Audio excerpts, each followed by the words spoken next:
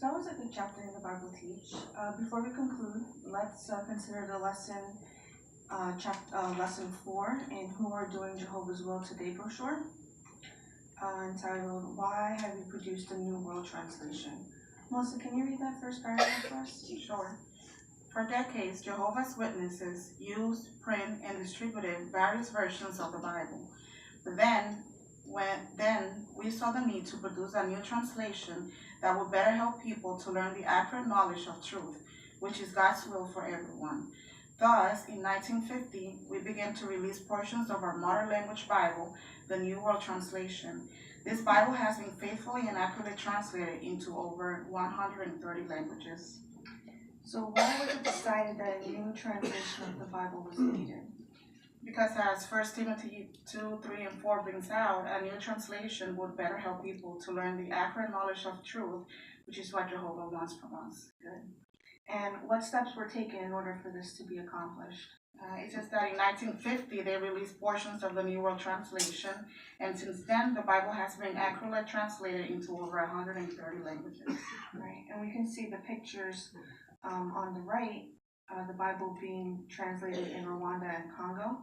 How do their expressions show how they felt about this? Well, I can see they have huge smiles, so they're really happy to have their Bible in their own language. Yeah, you can really see the joy and excitement that they have.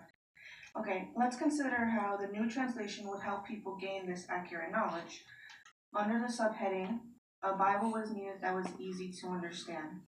So in what way is the Bible now easier to understand?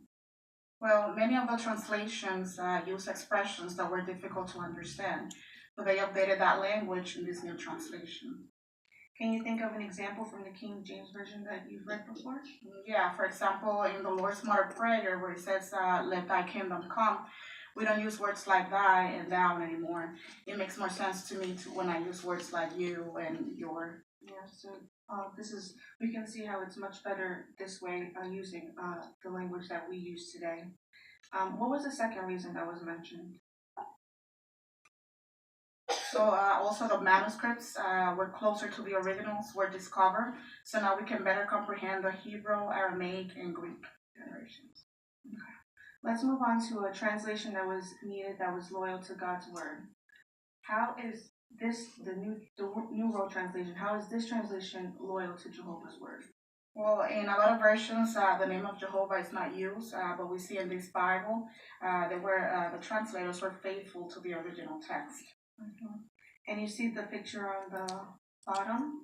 How does this relate to this? Well, the caption says, Symmachus fragment containing the divine name at Psalm 69:31, 3rd or 4th century CE. So during the translation of these manuscripts, they made sure that Jehovah's name wasn't left out. Yeah, good. Okay, let's move on to our last paragraph. A Bible was needed that gives credit to its author.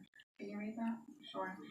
In the New World Translation, Jehovah's name has been restored where it appears some 7,000 times in the oldest Bible manuscripts as illustrated in the example below. The result of years of diligent research, this Bible is a pleasure to read as it clearly conveys God's thinking. Whether you have the New World Translation in your language or not, we encourage you to get into a good routine of reading Jehovah's Word every day. So how does this translation give credit to its author? Well, it says that Jehovah's name has been restored and appears some 7,000 times. Mm-hmm. And can you give me a scripture based off our previous studies that says Jehovah's name? Yeah, Psalm 83:18 talks about may people know that your name is Jehovah. Good. Let's read Joshua chapter 1, verse 8. And when you get there, can you read that? Yes.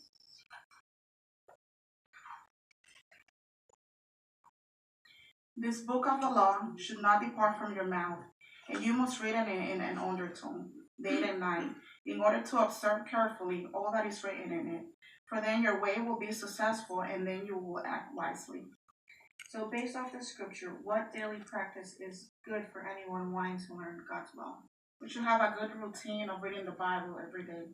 And how should you read that? Should you just read just to get through the chapter? No, I should take my time, meditate, and understand so that it could reach my heart. And just like that, I could benefit. Exactly. That's the only way it'll work. Good job. Okay, so there's a little homework assignment for you under the Find Out More. Did you see it?